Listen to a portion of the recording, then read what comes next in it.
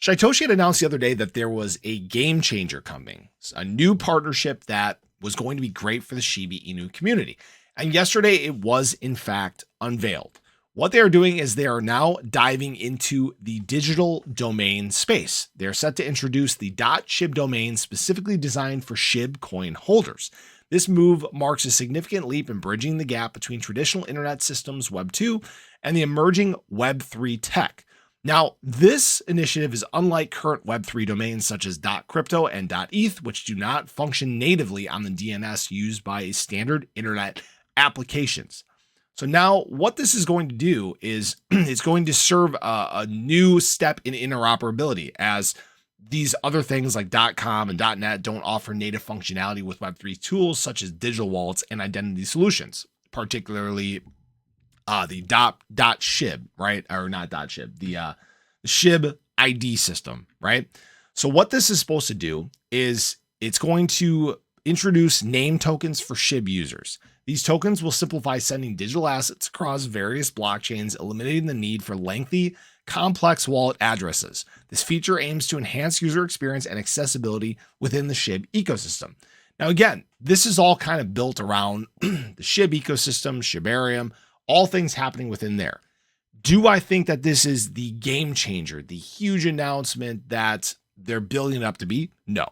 That's kind of been the way that a lot of these recent announcements have been. They're just kind of small bits and pieces, and we really don't know how they're going to be utilized or implemented quite yet, or if they're going to really catch on, period, right? That's kind of the big question that we're waiting to see if things really do in fact take off.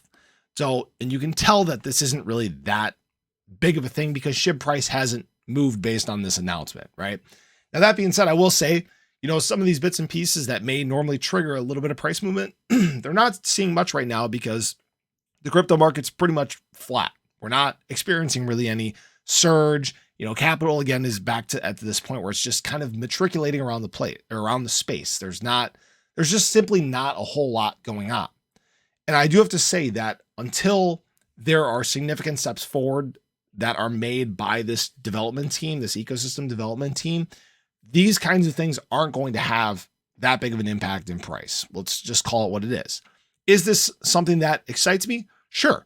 I am all for making it easier for people to get into DeFi, making it easier to use. I think there's a DeFi explosion that's coming. We've obviously seen the downfall of many centralized entities and exchanges, and there needs to be this shift towards self-custody.